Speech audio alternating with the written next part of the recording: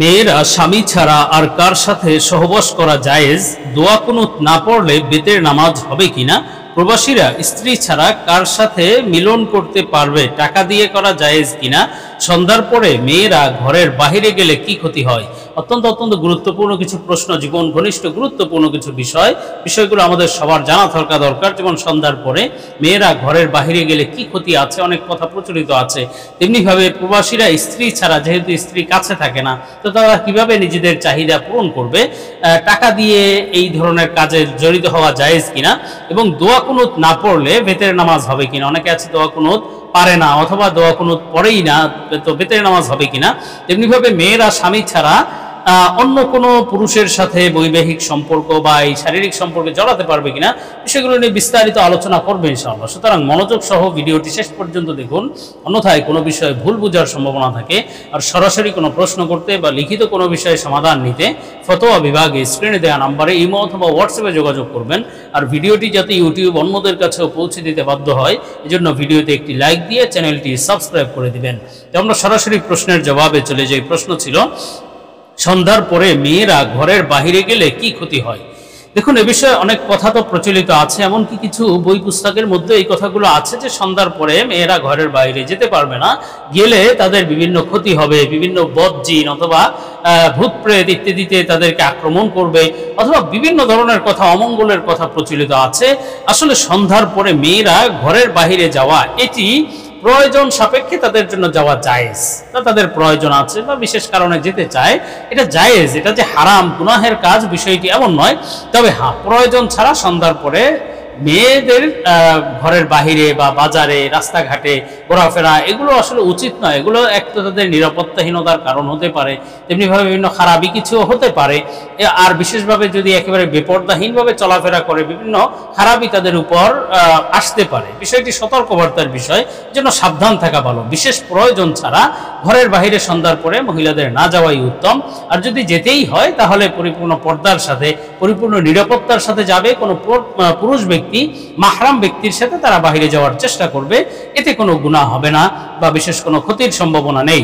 তো আমরা পরবর্তী প্রশ্নের জবাবে চলে যাই। প্রশ্ন ছিল, প্রবাসীরা স্ত্রী ছাড়া কার সাথে সহবাস করতে পারবে? টাকা দিয়ে করা জায়েজ কিনা? দেখুন, আল্লাহ সুবহানাহু ওয়া তাআলা মানুষকে সৃষ্টি করে মানুষকে বিভিন্ন প্রয়োজন দিয়েছে।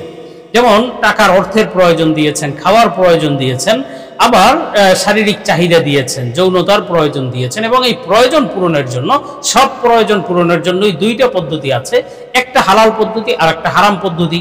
যেমন আপনার খাবার, অর্থের প্রয়োজন আপনি হালালভাবেও ইনকাম করতে পারেন, হারামভাবেও করতে পারেন। সুদ ঘুষ দিয়ে টাকা ইনকাম করতে পারেন, আবার আপনি পরিশ্রম করে টাকা হালালভাবেও ইনকাম করতে পারেন। দুটো পদ্ধতি আছে। তেমনিভাবে শারীরিক চাহিদা আল্লাহ দিয়েছেন, দিয়ে দুই পদ্ধতি আল্লাহ তাআলা দিয়েছেন, হালাল পদ্ধতি, হারাম পদ্ধতি। হালাল পদ্ধতির ক্ষেত্রে আবার দুইটা পদ্ধতি আছে। একটা হলো আপনি আপনার স্ত্রী, অর্থাৎ বৈবাহিক সম্পর্ক যার সাথে আছে, স্বামী স্ত্রীর মাধ্যমে, স্ত্রী স্বামীর মাধ্যমে, এভাবে নিজের চাহিদা, শারীরিক চাহিদা পূর্ণ করা বৈধ, জায়েজ। আরেকটি পদ্ধতি হলো, যখন দাসীর প্রথা প্রচলন ছিল তখন মনিব বা মালিক দাসীর সাথে নিজের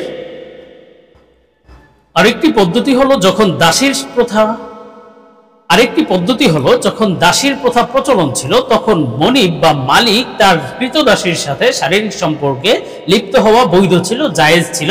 ইসলাম এটা হালাল করেছে, কিন্তু সেটা অবশ্যই বিভিন্ন শর্ত রয়েছে। যেমন ওই দাসীর অন্য কোনো স্বামী না থাকতে হবে, তো অনেক শর্ত আছে। এটা হলো তখনকার মাসালা, যখন দাসীর প্রথা প্রচলন ছিল। অথবা ভবিষ্যতে যদি কখনো আবার এভাবে জরুরত দেখা দেয়। আসলে দাস দাসীর প্রথা কিন্তু ইসলাম এমনিতেই চালু রাখেনি, বরং জরুরতের ক্ষেত্রে, জরুরতের ভিত্তিতে বিষয়টি চালু রেখেছে। আবার যখন এমন জরুরত হবে, তো দাস দাসীর প্রথা আবার প্রচলন হতে পারে এবং তখন জায়েজ হবে। এখন কিন্তু দাস দাসীর প্রথা প্রচলন নেই। এখন যদি আপনি চান যে টাকা দিয়ে কারোর সাথে এটা করবেন, কোনো মহিলাকে টাকা দিয়ে কিনে ফেলবেন, এটা কিন্তু বৈধ হবে না, সম্পূর্ণরূপে হারাম হবে, জেনা হবে। তো বর্তমানে শুধু একটি পদ্ধতি নিজের জৈবিক চাহিদা পূর্ণ করার জন্য বৈধ আছে, সেটি হলো স্বামী স্ত্রীর মাধ্যমে, স্ত্রী স্বামীর মাধ্যমে। অন্য কোনো উপায় বৈধ নয়। সুতরাং প্রবাসীরাও নিজের যৌন চাহিদাকে পূরণের জন্য অন্য কোনো পদ্ধতি গ্রহণ করতে পারবে না, হস্তমৈথুন অথবা টাকার মাধ্যমে অথবা অন্য কোনোভাবে পারবে না। যদি বৈবাহিকভাবে বিবাহ বন্ধনে ওখানেও আবদ্ধ হতে পারে প্রবাসে, সেটা বৈধ।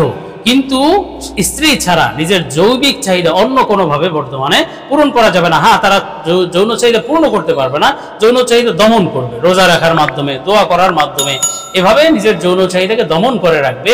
কোনোভাবে অবৈধ উপায়ে পূর্ণ করা বৈধ হবে না। তো আমরা পরবর্তী প্রশ্নের জবাবে চলে যাই। প্রশ্ন ছিল দোয়া কুনুত না পড়লে বেতের নামাজ হবে কিনা।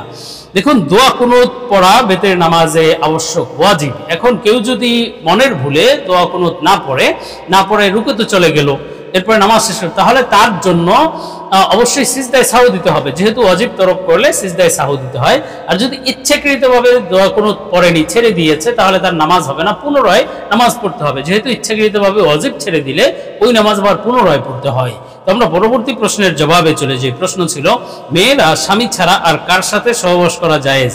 দেখুন প্রিয় ভাই বোন, আল্লাহ সুবহানাহু ওয়া তাআলা আমাদেরকে আকল দিয়েছেন, জ্ঞান দিয়েছেন এবং ইসলাম দিয়েছেন, কোরআন দিয়েছেন, হাদিস দিয়েছেন। সুতরাং আমাদের এগুলো একটু গবেষণা করা চাই, একটু কোরআন হাদিস পড়া চাই, কিছু আলেম ওলামায়ে কেরামের কাছে যাওয়া চাই, কিছু কিতাবাদি পড়া চাই। তাহলে এই ধরনের প্রশ্ন আমাদের মনেই আসতো না, এই ধরনের বিষয় আমাদের চিন্তাতেই আসতো না যে বিবাহিত স্বামী ছাড়া, অর্থাৎ নিজের স্বামী ছাড়া অন্য কোনোভাবে কোনো মহিলা কিভাবে নিজের জৈবিক চাহিদা পূর্ণ করা বৈধ হতে পারে বা জায়েজ আছে কিনা, কিভাবে জায়েজ, এই সমস্ত প্রশ্ন আসা নিতান্তই মূর্খতা। আসলে আল্লাহ সুবহানাহু ওয়া তাআলা যেখানে বলেছেন, হে মুমিন নারীরা, তোমরা নিজেদের চক্ষুকে হেফাজত, নজরকে হেফাজত করো, যেখানে নজরের হেফাজতের কথা বলা হয়েছে, অন্য পরপুরুষের দিকে দৃষ্টি দেওয়া যাবে না, সেখানে অন্য পরপুরুষের সাথে শারীরিক সম্পর্ক প্রশ্নই আসে না। সম্পূর্ণরূপে হারাম, গুনাহ, কবিরা গুনাহ। বেপরদার সাথে চলাই তো জায়েজ নেই, পরপুরুষের সাথে কথাবার্তা বলা প্রয়োজন ছাড়া সেটাই জায়েজ নাই। দেখা সাক্ষাৎ সম্পূর্ণ যেখানে হারাম, পর্দা করা ফরজ, সেখানে এই সহবাসের তো প্রশ্নই আসে না। এই জন্য এই সমস্ত প্রশ্ন আসলে নিতান্তই মূর্খতার কারণে আসে, অজ্ঞতার, দ্বীন ইসলামের ব্যাপারে ধারণা না থাকার কারণে আসে। যে প্রশ্ন করেছেন অবশ্যই এটি সম্পূর্ণরূপে হারাম, শুধুমাত্র স্বামীর মাধ্যমেই বিষয়টি বৈধ, অন্য কোনো উপায়ে বৈধ নয়।